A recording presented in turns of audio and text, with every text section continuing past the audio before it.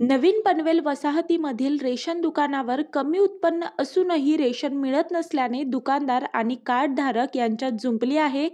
पनवेल नगर परिषदेचे माजी नगराध्यक्ष सुनील घरत आणि त्यांचे 10 सहकारी कार्डधारकांसोबत जाब विचारण्यासाठी गेल्यावर दुकानदाराला शिवीगाळ आणि मारहाणीचा प्रकार गुरुवारी रात्री घडला. याबाबत मध्यरात्री माजी नगराध्यक्ष घरत आणि त्यांच्या सहकाऱ्यांविरोधात खान्देश्वर पोलीस ठाण्यात गुन्हा नोंदवण्यात आला आहे.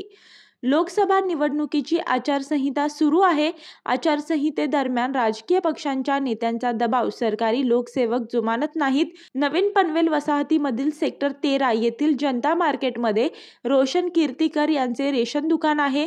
गुरुवारी रात्री 8:30 वाजण्याच्या दरम्यान एका महिलेला उत्पन्न कमी असतानाही रेशन मिळाले नाही, म्हणून या महिलेने रेशन दुकानदारांकडे तक्रार केली.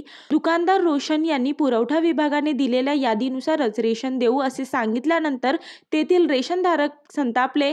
त्यांनी याबाबतची तक्रार शेजारच्या माजी नगराध्यक्ष सुनील घरत यांच्या कार्यालयात केल्यावर काही मिनिटातच घरत आणि त्यांचे सहकारी दुकानदाराला जाब विचारण्यासाठी आले.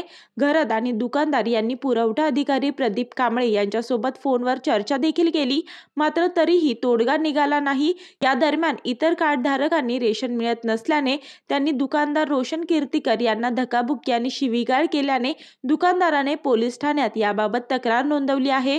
सुनील घरत हे सध्या भाजपचे पदाधिकारी असून ते माजी मंत्री गणेश नाईक यांचे निकटवर्तीय देखील आहेत. मी वर्षा काटेकर, योद्धा न्यूज, नवी मुंबई.